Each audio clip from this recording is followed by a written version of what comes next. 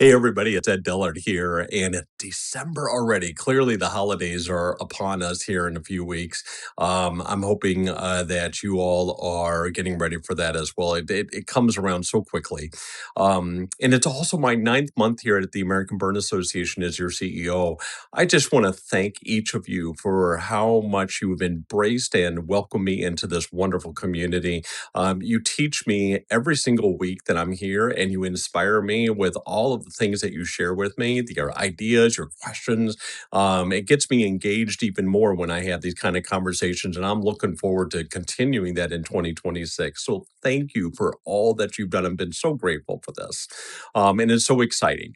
Um, some other news that's been going on is that I finished up my travels, this past fall here with the Northeastern Regional Burn that was in Washington, D.C. Again, it just echoed what all these regional meetings are doing. It brings the local and area surrounding the host city where we're at, bringing experts and researchers and people that want to share their case studies. All of that is just compiled into these meetings. So it's a great experience for me. I get to learn some more about what's going on in the community and get to meet a lot of people. The other thing I got to do was I got to go to the Phoenix Society's meeting. What a great, wonderful community there. A bunch of burn survivors who shared so many of their stories and their inspirations. And it echoes everything that you all do for these patients and these survivors. They are wonderful and so grateful for everything that this community is able to help them with. So it was a great experience. Somewhere along my travels too, I got to meet Charlene Pell, a burn survivor. She wrote a book in My Altered Body, and I just finished that this in the last couple of weeks or so, and I got to talk to her as well. Such an inspirational story, such an inspirational woman, and I would just it echoes so many other stories that were shared with me along the way. But thank you, Charlene, for us to have a little conversation. I appreciated that and sharing and reading your story. The other thing is that the ABA 2026 program committee. I probably say this every month, but they do work so hard. Their abstracts and invites for posters or oral presentations and educational sessions. All those things were going out here in the last week or two. And then something new that's happening in January: late breaking abstracts. So we haven't ever done this before, but people who might have data that wasn't quite ready for the regular submission, but is now, well, now you have an opportunity to submit that for consideration because the program committee really wants to bring the latest and the greatest into ABA 2026, and this is your opportunity. So if that's you, take advantage of that. And of course, early registration is still open. I would take advantage of that.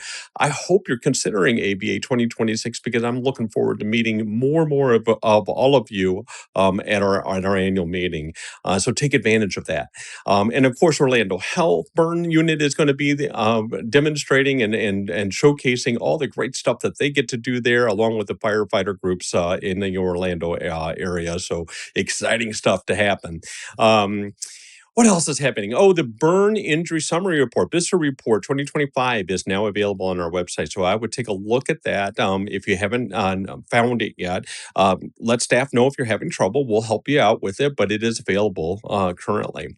A number of organizations I've highlighted in this month's newsletter because ABA can't do this by ourselves. We have to partner, we have to collaborate, and there are so many organizations that we are working with to help so that we can advance our mission. So I want to thank each and one of those organizations, along with our industry partners. We just can't do all of this without these kind of partnerships and collaborations. And this is the time of the year where I really want to extend how appreciative ABA is for these efforts. In my travels in the last month or so, BARDA and ASPR, we got to really hear some presentations and talk with them while we were in Washington, D.C. So that was great. Finally, and I'm going to end on this one, is the Board of Trustees. They have been working on your behalf so hard over these months that I've been here with ABA. They just finalized the next 3-year work plan strategically, and you're going to be hearing more about that starting in January. So keep an eye out for that.